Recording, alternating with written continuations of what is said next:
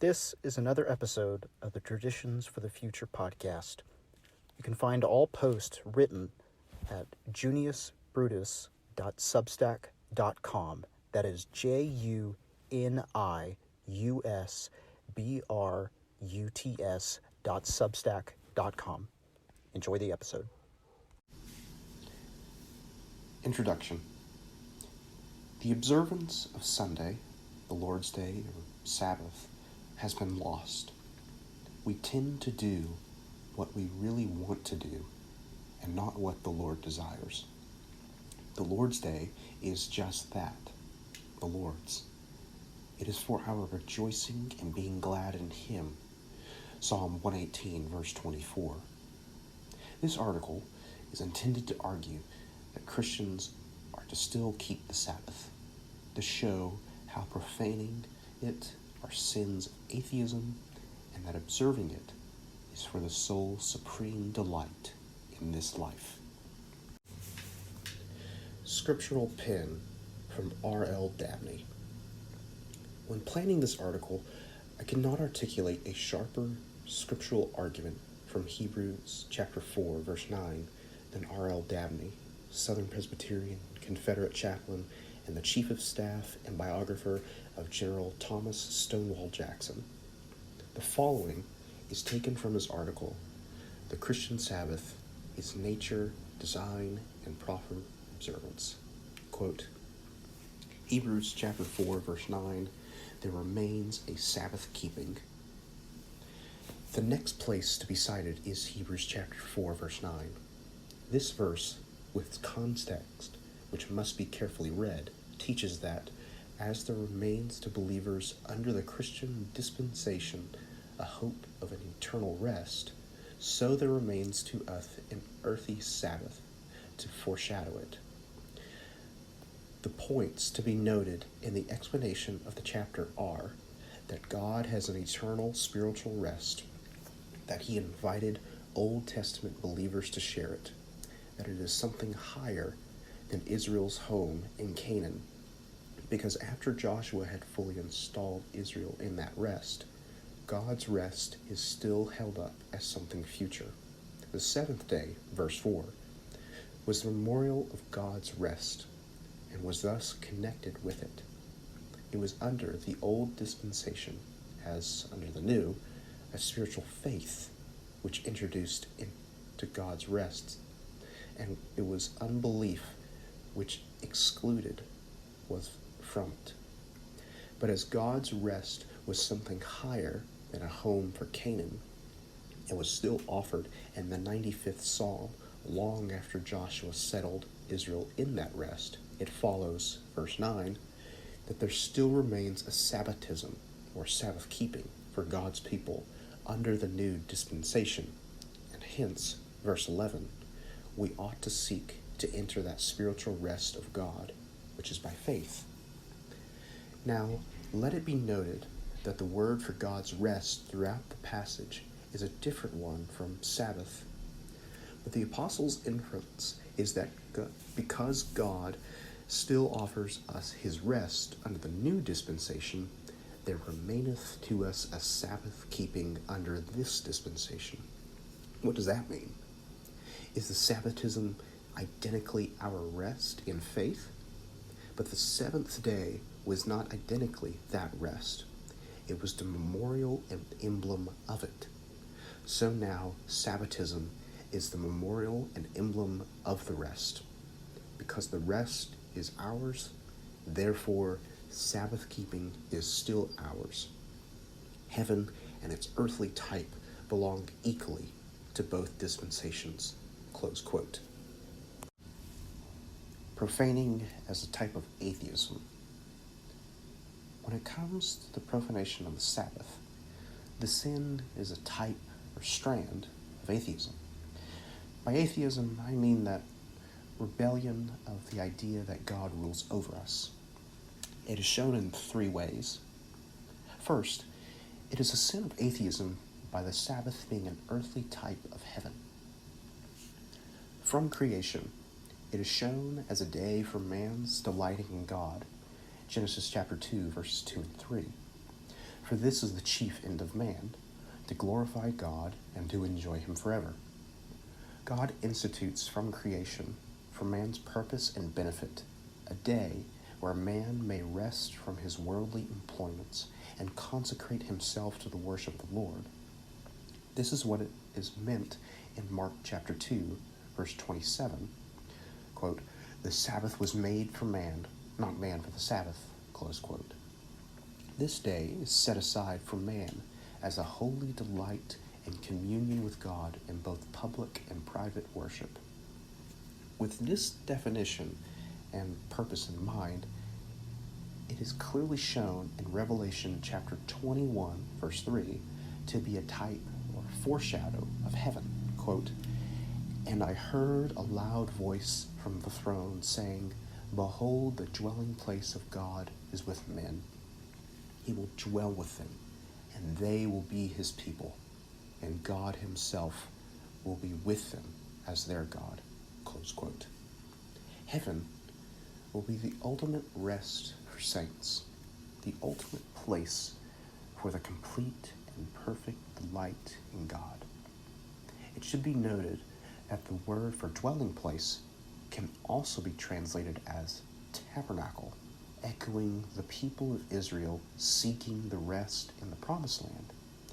This is what Dabney states about Hebrews chapter 4, verse 11. Quote, "We ought to seek to enter that spiritual rest of God, which is by faith." Close quote. This is the rest we are seeking. God dwelling with his people and they dwelling with him. One striking detail in Revelation chapter 21, verse 3, must not be left out. The promise in this verse of Christians being the people of God and God himself being their God is nearly a direct quotation of the new covenant promise in Jeremiah chapter 32, verse 38. Quote, "And they shall be my people, and I will be their God." Close quote. This is fulfilled in Christ for believers right now. See Romans chapter 5, verses 9 through 11. But also, there remains a waiting for a complete fulfillment in the new heavens and the new earth, as we will have our redeemed bodies and souls. Each Lord's Day is a foretaste of heaven for believers. When it is not honored, heaven is treated as trivial. Why do you expect to go to heaven when you dishonor its shadow? Secondly, profanation is shown to be a sin of atheism because it is the disbelief of the necessity of holiness. With the understanding that the Sabbath is a day of rest and delight in the Lord, the necessity of observing may not be so clear to some. The objection to observing it may be, I can fit prayer and Bible reading sometime during the week, or it may be said as, Sunday is a day off from work, so we use it for family time. These objections are quite honestly fickle, because these things are thought or said, but when are they ever done? Using the Westminster Larger Catechism question 121, I will display and defend the necessity of Sabbath keeping for the necessity of holiness. Quote, question 121, why is the word remember set in the beginning of the fourth commandment? Answer, the word remember is set in the beginning of the fourth commandment, partly because of the great benefit of remembering it, we being thereby helped in our preparation to keep it, and in keeping it, better to keep all the rest of the commandments, and to continue a thankful remembrance of the two great benefits of creation and redemption, which contain a short abridgment of religion, and partly because we are very ready to forget it, for that there is less light of nature for it, and yet it restraineth our natural liberty in things at other times lawful, that it cometh but once in 7 days, and many worldly businesses come between, and too often take off our minds from thinking of it, either to prepare for it or to sanctify it, and that Satan, with his instruments, much labor to blot out the glory and even the memory of it, to bring in all irreligion and impiety. Close quote. Focus on the phrase, in keeping it, better to keep all the rest of the commandments. The proof texts of this phrase deepen the point that is being made. In Ezekiel chapter 20, the Lord is rebuking Israel for their idolatry, faithfulness, and profaning of the Sabbath. He speaks of the Sabbath as a regulator, particularly in verses 12 and 19 through 20, because the keeping of the Lord's Day is a river of holiness. There's more of the true Christian religion to be experienced on the Lord's Day than in the reading of all the books of theology. On the Lord's Day, the Father brings the means to us to sanctify us in truth, causing our souls to be suffused with his sweetness, and the aroma of Christ lingers in our presence. This is what Satan wants to destroy. As our catechism answer states, quote, that Satan with his instruments much labor to blot out the glory and even memory of it, to bring in all irreligion and impiety, close quote.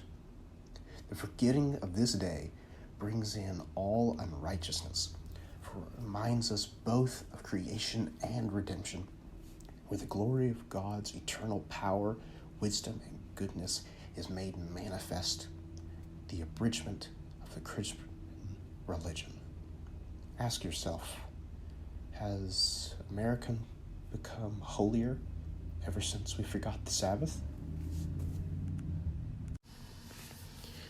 Thirdly, profaning the Lord's Day is shown to be a sin of atheism, as it is contempt for the Lord's kingdom. The first day of the week belongs solely to the Lord. It is rightfully his. No other is worthy to receive power and wealth and wisdom and might and glory and blessing. Worthy is the Lamb who is slain. He alone is the one who can say, "Lift up your heads, O gates. Be lifted up, O ancient doors." He is the King of glory, the Lord mighty in battle. It is only in pride and arrogance that we say to the Son of God, by profaning his day, the words of Absalom, quote, "Oh, that I were judge in the land, then every man with a dispute or cause might come to me, and I would give him justice." 2 Samuel chapter 15, verse 4. Christ purchased that day for himself by his resurrection from the dead. He declares and prescribes the mandate for his day, no one else. His day contains the preaching of his word, accompanied by the Holy Spirit, bringing about the advancement of his kingdom. His commandments, his precepts, his ordinances are given on this day. When the king speaks, people are silent. It is a kingly day. It has been his day since creation and will be till the resurrection. If the subjects of a king do not follow his words, it is nothing short of rebellion. Believers do not show contempt to the Lord by showing contempt for his day. This day is a foreshadow of the dominion of Christ over the earth. As the knowledge of the glory of the Lord shines in churches now, so shall it, as in the promise, cover the whole earth as the waters cover the sea. Christ shall reign on his day, just as he shall reign till all his enemies are put under his feet. His reign shall overwhelmingly encompass multitudes from every tribe, peoples, and nation. As it is prophesied in Isaiah chapter 66, verse 23, "From new moon to new moon, and from Sabbath to Sabbath, all flesh shall come to worship before me, declares the Lord." Close quote. Honoring the Sabbath is the yielding of our creatureliness to the Creator. In it is reverence and fealty to the King that has conquered death on your behalf on this day. Worship the Lord on the Lord's day. Since he is your Lord, bow to him. Psalm chapter 45, verse 11. For your good. Quote, if you turn back your foot from the Sabbath, from doing your pleasure on my holy day, and call the Sabbath a delight, and the holy day of the Lord honorable, if you honor it, not going your own ways or seeking your own pleasure, or talking idly, then you shall take delight in the Lord, and I will make you ride on the heights of the earth. I will feed you with the heritage of Jacob your father, for the mouth of the Lord has spoken. Close quote. Isaiah chapter 58, verses 13 through 14. It is when we take delight in the Lord's day that we are equipped more and more to delight in the Lord. Our delight in the Lord is our chief end, and if the Sabbath channels our hearts to the purpose for which they were created, the Sabbath, then, is what the Lord uses for true human flourishing. Our souls will be fed by the Lord with the fat and the sweet. The works of our hands shall prosper, and the fullness of Christ shall rest in our souls. The Spirit of God shall be with the people of God, providing supplication and grace to those weary pilgrims. Each Lord's Day, we are like that weary pilgrim, Christian, in the Pilgrim's Progress, coming into the palace beautiful when we enter the Lord's house. Like Christian, we are fed and furnished with fat things and with wine well refined, and equipped from the armory of God, such as sword, shield, helmet, breastplate, all prayer, and shoes that will not wear out.